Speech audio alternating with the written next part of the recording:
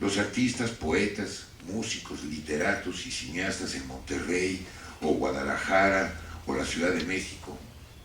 Los creadores que crean fuera de la cotidianidad fronteriza y que ocasionalmente se adentran en el tema, lo hacen bordando sobre lo bordado, sobre los verbos, sustantivos y adjetivos que tejen los sociólogos, los escritores y los periodistas, cuyos conceptos son casi sin excepción lugares comunes e inexactos.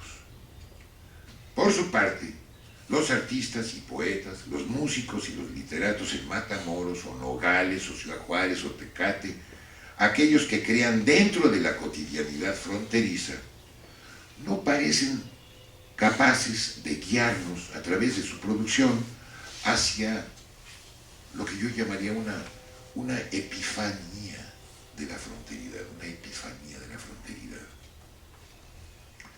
Espero que luego busquen en Google esa palabra, por favor. Siento entonces que hemos llegado a un callejón discursivo sin salida. Pienso que si buscamos realmente comprender los fenómenos culturales que se dan en esta frontera, sería necesarísimo redirigir nuestras miradas hacia el interior de nuestra sociedad.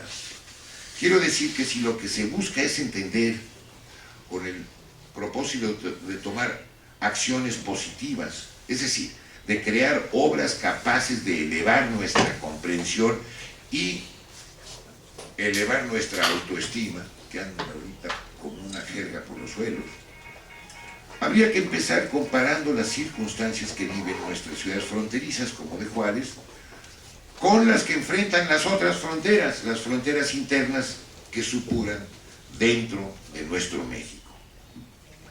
Abordado desde distintas perspectivas por los más destacados pensadores, creadores, sociólogos, historiadores y periodistas mexicanos, el tema de una mexicanidad amenazada, la frontera como fuente de la amenaza, se balancea entre el mito de la raza cósmica y la desmemoria absoluta. Para algunos, la progresiva erosión de nuestros valores patrios es motivo de alarma. Para otros, la construcción de una identidad nacional sigue siendo tarea prioritaria, solo posible si nos parapetamos contra los gringos. A la gran mayoría de los mexicanos les vale madre este pedo, la verdad. Lo único que sabe es, como lo destacó Yahoo en su muy bizarra cortinilla informativa del 18 de octubre, hace unos cuantos días, que Ciudad Juárez es una de las más violentas del mundo, inmersa en una guerra entre el cartel de Sinaloa y el cartel de Juárez. Más de 2,000 personas han muerto este año en la urbe colindante con El Paso, Texas. Eso es absoluta propaganda política. No es una guerra entre el cártel de Sinaloa y el cártel de Juárez. Es una guerra de los Estados Unidos contra Latinoamérica. Pero no me voy a meter en eso ahorita. El arte no es nunca una respuesta, escribió el cubano Orlando Hernández, sino solo un fragmento del enigma. Este fragmento, añadiría yo, es como una lente que enfoca y aclara situaciones cuya comprensión parece imposible abordada desde cualquier otra disciplina que no fueran las de las artes, las plásticas, las musicales, las literarias, las cinematográficas. Y hay películas como El Infierno y su peliculita hermana, que es El Machete, la de Robert Rodríguez. Al finalizar, hace 17 años, la transmisión de Radio Cultural en Juchitán, y con las palabras de López y de Gómez Peña todavía resumbando en la memoria, me di cuenta que la distancia que media entre el DF y el Istmo es más que geográfica. Es la distancia que media entre dos culturas distintas. La distancia que existe, por ejemplo, entre México y Estados Unidos, pero también entre los irlandeses y los ingleses, entre los serbios y los croatas, en fin. Muchos en México insisten en manejar el concepto de una sola cultura nacional como si fuera una suerte de acervo integrado en su pluralidad y compartido equitativamente, que habría que proteger y reforzar a toda costa. Los linderos de esta cultura nacional ficticia fueron fijados en algún iluso momento de nuestra historia, pero los hechos desmienten la ilusión. El concepto es, a todas luces, insostenible. Como tantos otros sueños nacionales, nacionalistas, el de México también está siendo desmembrado por las circunstancias, aún sin haber antes jamás madurado. Mientras que el ambicioso grupillo que tomó el poder en el año 2000 sucumbió gozoso ante las inexorables, astronómicas y lucrativas presiones que ejerce sobre ellos el capital trasterrado y sin arraigo, los ciudadanos nos hemos visto obligados a ceder paulatinamente nuestros derechos de participación para convertirnos en algo parecido a súbditos. El próximo presidente, yo se los juro y se los prometo, por su culpa, va a ser Peña Nieto, punto y aparte. Orillados a buscar una querencia, una trinchera para pertrecharnos y defendernos, cobra nuevamente importancia la patria chica, la patria chica. Al desmoronarse el sueño se reavivan sus partes. Es justamente ahí donde creo que podemos incidir los artistas, cada quien a su manera. Macario Matos escribe sobre el renacimiento de la cultura zapoteca, y esto lo escribe en 1993 en una revista llamada Comala. Y el poeta se remonta a más de 1000 años atrás y en pocas líneas da cuenta de una cultura de rasgos definidos, vital en su afán por sobrevivir, perfectamente capaz de hacerle frente a 1001 adversidades a la vez que crecer y desarrollarse como cultura.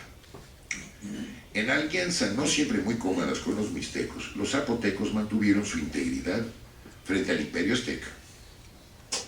Luego de levantarse en armas contra los invasores en español en 1660, mantuvieron la llama de su rebeldía hasta la independencia del México criollo y mestizo, y hasta la fecha luchan por defender su milenaria querencia. Su lucha ha requerido de las armas, es cierto, pero sobre todo su parapeto es cultural, y sus más eficaces pertrechos son lo producido por sus artistas y pensadores.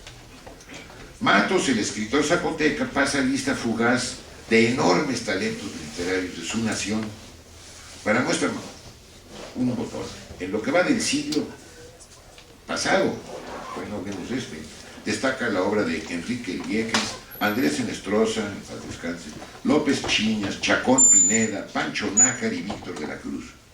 A la lista se suman compositores de la talla de Mario Esteva, Santiago Cesarte y Herberto Rasgado, y una cantidad de artistas plásticos zapotecas, entre los cuales Francisco Toledo es sin duda el más conocido a nivel mundial. La dinámica de Oaxaca es tal que es el único estado en toda la Federación Mexicana que goza de reconocimiento mundial por su escuela oaxaqueña de pintura. No creo equivocarme si afirmo que al radio escucha aquí, medio, nunca ha oído hablar de estos grandes personajes, a excepción probable de Enestrosa y Toledo, y que seguramente desconoce por completo su producción.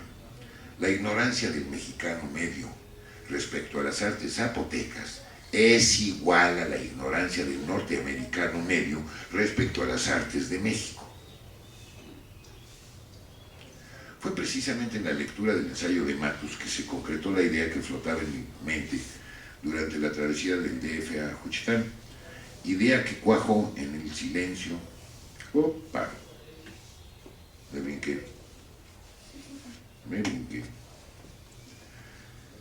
Yo lo que quiero decir es que precisamente hoy, que el México de nuestros recuerdos se desvanece, se hace impostergable salir al encuentro del México de nuestras esperanzas. Y esto es posible solo si reconocemos que nuestra realidad actual no es la que marca los mitos.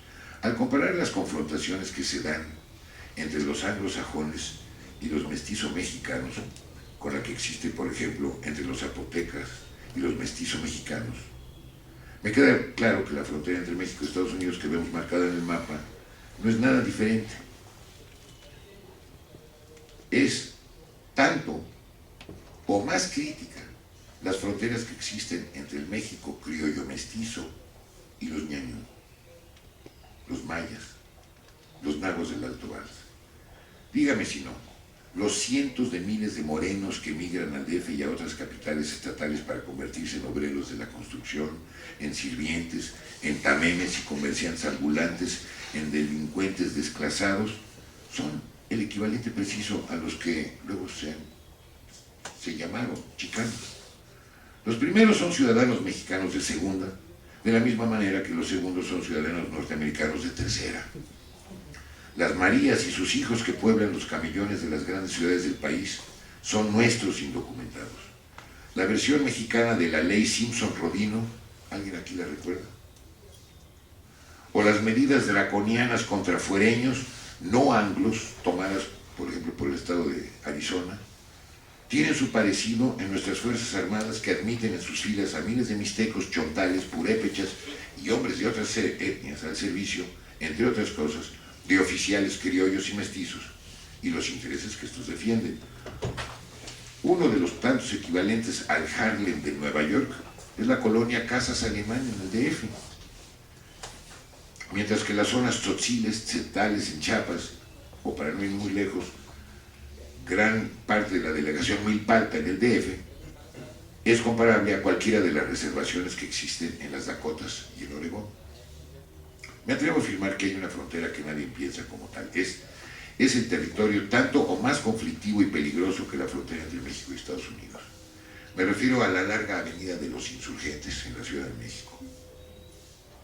Miles de mexicanos, criollos y mestizos, acriollados, transitamos en autobuses y autos de ida y venida sobre las cintas asfálticas que encierran la franja fronteriza limitada al camellón de en medio, donde una hueste de hombres y mujeres, ñañus, con sus niños y bebecitos, extranjeros que apenas se hablan el español, ofrecen chicles y cacahuates, limpian parabrisas, hacen malabares en los semáforos y tratan de vender sus artesanías.